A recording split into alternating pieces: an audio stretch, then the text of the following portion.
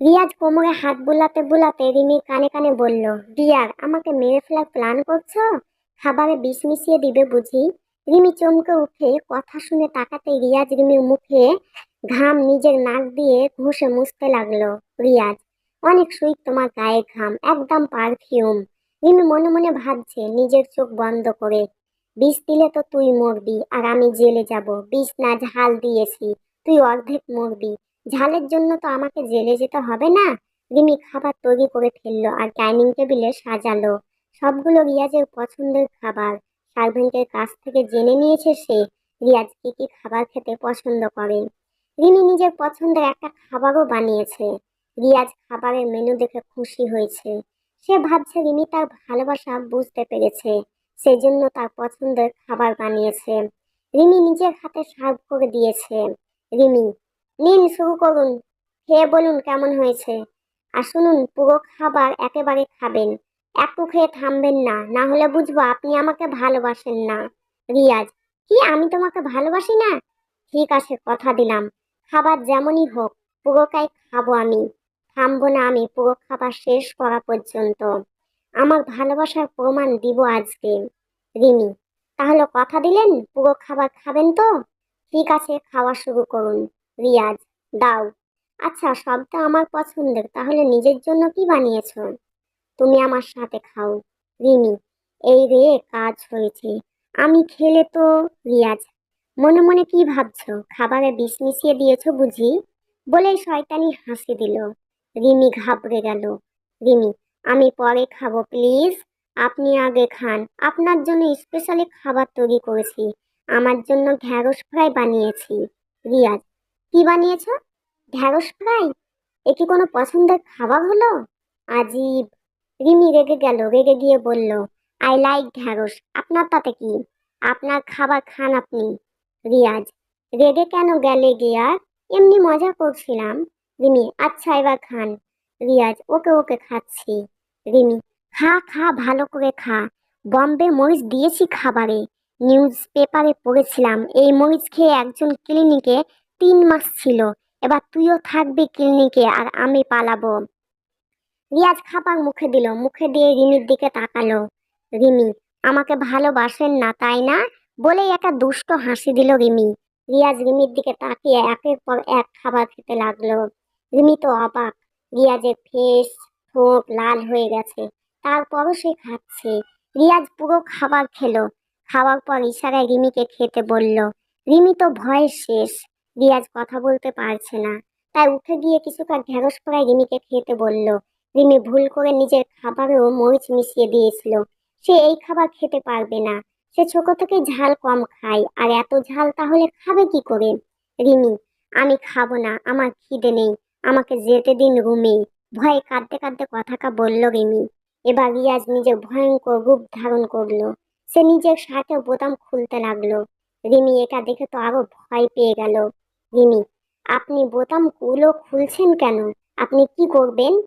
Please এইখানে কিছু করবেন না, সব সার্ভেন্টরা আছে। রিয়াজ তাকে ইশারায় বোঝালো খেতে, তা না হলে এখানেই। বোতাম এখনো খুলছে সে। রিমি, এই লোকের কোনো ভরসা নেই, তার চেয়ে বরং খাবার খেয়ে আমি মরে যাই। রিমি একবার একটু ঢেঁড়স ফ্রাই মুখে দিয়ে একটা চিৎকার দিল। ঝালে সে জোরে জোরে চিৎকার শুরু করলো। তখনই রিয়াজ রিমিকে নিয়ে ওয়াশরুমে গেল। চিৎকার করতে করতে রিমি হাঁপিয়ে গিয়েছিল।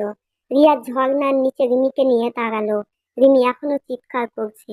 রিয়াজ 2 হাত দিয়ে রিমিকে চেপে ধরলো, নিজের ঠোঁট রিমি ঠোঁটে দিল। রিমি প্রায় শান্ত হলো। প্রায় অনেকক্ষণ হলো, তাও রিয়াজ ছাড়ছে না। এবার রিমি রিয়াজকে ধাক্কা দিল। রিয়াজ ধাক্কা খেয়ে হায়না হয়ে গেল। রিমি ওয়াশরুম থেকে বের হওয়ার জন্য পা বাড়াতেই রিয়াজ হাত ধরে টেনে ফ্লোরে ফেলে দিল। নিজের শার্ট খুলে ফেললো। রিয়াজের বডি ঝালে লাল হয়ে গেছে, চোখগুলো রক্তবর্ণ ধারণ করেছে। ঠিক হিংস্র হায়না লাগছে তাকে। রিমি ভয়ে চোখ বন্ধ করে আছে। রিয়াজ রিমির ওপর ঝাঁপিয়ে পড়ল। রিমি চিৎকার করতে লাগলো, তবুও সে থামছে না। রিয়াজের কিছুই খেয়াল থাকে না রেগে গেলে। রিয়াজের মাথা কাজ করছে না ঝালে। যতক্ষণ ঝাল না কমবে ততক্ষণ সে রিমির ঠোঁট শরীর দখল করে রাখবে। প্রায় 2 ঘন্টা পর রিমিকে ছাড়লো রিয়াজ। রিমি চিৎকার করতে করতে জ্ঞান হারিয়েছে অনেক আগেই। রিয়াজ বেগ হয়ে রুমে গেল। রুমে গিয়ে সব ভেঙে চুরমার করছে। রিয়াজের রাগ চরম পর্যায়ে, হাত দিয়ে দেওয়ালে ঘুষি মেরে চিৎকার করলো। তারপর ওয়াশরুমে গিয়ে রিমিকে দেখলো, গায়ে অনেক জায়গায় খামচি আর কামড়ের দাগ। রিয়াজ রিমিকে জড়িয়ে ধরলো, তারপর ভিজে কাপড় চেঞ্জ করিয়ে রুমে নিয়ে বেডে শুইয়ে দিল। তারপর চেঞ্জ করে নাইট ড্রেস পরালো। ওয়েট করতে থাকলো রিমির জ্ঞান ফেরার জন্য। এদিকে রিয়াজের হাতে ধোলাই খাওয়া লোকটা অলরেডি প্রস্তুত নিয়ে ফেলেছে রিয়াজের কাছ থেকে রিমিকে কিডন্যাপ করার। লোকটি শহরের নামকরা সন্ত্রাসী, অনেকগুলো মার্ডারের আসামি। রিমির জ্ঞান ফিরছে। রিয়াজ টেনশনে ছিল, এখন রিমির জ্ঞান ফেরাতে সে স্বস্তি পেল। রিয়াজ রিমির মাথায় হাত বোলাতে থাকলো। রিমি এক ঝটকায় হাতটা সরিয়ে দিল আর উপর পাশে মুখ ফিরিয়ে নিল। রিয়াজ আবারও রিমির মাথায় হাত বুলাতে থাকলো। সে কিছুটা অনুতপ্ত হলো নিজের করা কাজে। সে রেগে এমন কাজ করেছে রিমির সাথে। রিয়াজ রিমিকে নিজের কাছে টেনে এনে মলম লাগিয়ে দিল। মলম লাগানোর সময় রিমি রিয়াজকে খামচে ধরছিল বারবার। রিয়াজ খেয়াল করলো রিমি কিছু বলছে না। রিয়াজ, ডিয়ার, আমার ওপর অভিমান করে আছো? অনেক ঝাল লেগেছিল খাবার খেয়ে, কোনোভাবেই কমছিল না ঝালটা। আমার মাথা ঠিক ছিল না, মাথা কাজ করছিল না। সামনে এই একটাই উপায় ছিল, তোমার গায়ের মিষ্টি গন্ধ দুনিয়া সব থেকে মিষ্টি, তাই তো তোমাকে দিয়েই ঝালটা কমালাম। রিমি কোনো কথা বলছে না রিয়াজের সাথে, সে চুপচাপ শুনছে তার কথা। রিয়াজ, ডিয়ার, আমি বুঝতে পারিনি তোমার কষ্ট হচ্ছিল। আসলে রাগে আমার মাথা ঠিক ছিল না। তুমি তো জানো রাগে আমার মাথা ঠিক থাকে না। আর এত ঝাল লেগেছিল যে আমি মরেই যেতাম তখন ওইরকম কাজ না করলে। আমি মরে গেলে তো তুমি বিধবা হতে, তখন তোমার ফিউচার কি হতো? তোমাকে কে দেখতো অল্প বয়সে স্বামীর আদর থেকে বঞ্চিত হতে? বিষয়টি ভালো দেখাতো না বলে রিয়াজ একটা শয়তানি হাসি দিল। রিমি, মরিস না, বিষ দিলেই হতো, তাহলে আমার এরকম সিচুয়েশন হতো না। আমি আদর থেকে বঞ্চিত হব কেন?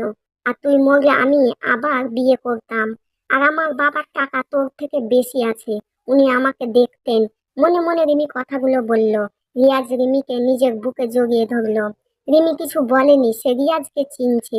যেটা না করবে সেকে বেশি করবে, তাই যেচে নিজের ক্ষতি করার কোনো মানে হয় না। রিমি ঘুমিয়ে পড়লো রিয়াজের বুকে। রিয়াজও ঘুমিয়ে পড়লো রিমিকে জড়িয়ে ধরে। সকালে রিয়াজের ঘুম আগে ভাঙলো। সে দেখলো একদম বেবির মতো তার বুকে ঘুমিয়ে আছে রিমি।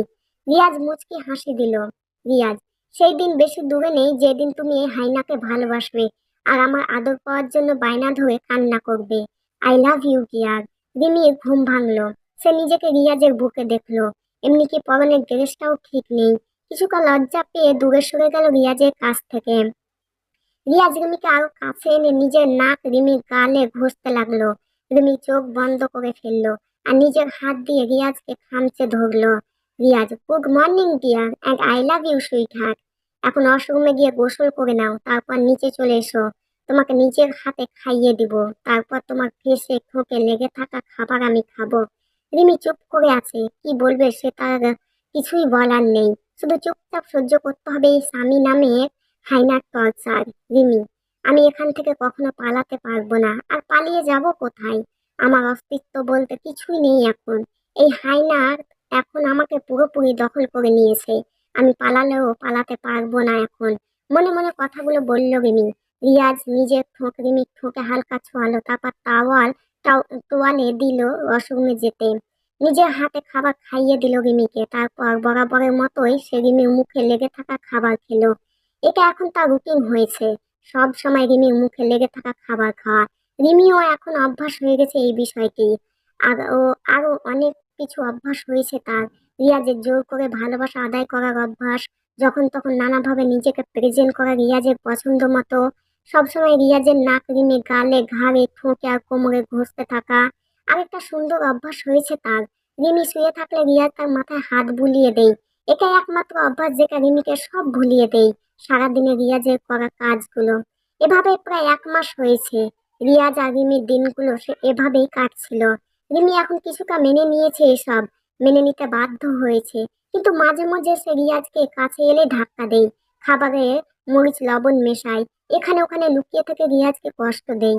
রিয়াজ নিজের মতো করে জোর করে ভালোবাসে রিমিকে, জোর করে নিজের ভালোবাসা আদায় করে। রেগে গেলে রিমিকে কামড় দেয় আর নিজের নিয়ম অনুসারে আদর করে শাস্তি দেয় রিমিকে। অন্যদিকে অচেনা সন্ত্রাস আর খলিল সাহেব পুরো প্ল্যান বানালো রিয়াজের কাছ থেকে রিমিকে কেড়ে নেওয়ার আর তাকে শাস্তি দেওয়ার। এই পর্বটি ভালো লাগলে লাইক করবেন, কমেন্ট করবেন ও আমার চ্যানেলকে সাবস্ক্রাইব করে নেবেন।